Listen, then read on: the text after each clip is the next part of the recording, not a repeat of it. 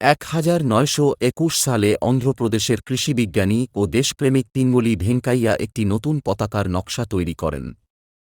তিনি ভারতের জন্য একটি স্বতন্ত্র জাতীয় পতাকা তৈরির স্বপ্ন দেখতেন এবং বহু বছর ধরে বিভিন্ন নকশা নিয়ে কাজ করেছিলেন। প্রথম দিকের নকশায় দুটি রং ছিল। পরে মহাত্মা গান্ধীর পরামর্শে সাদা রং যোগ করা হয় এবং মাঝখানে চরকা রাখা হয়।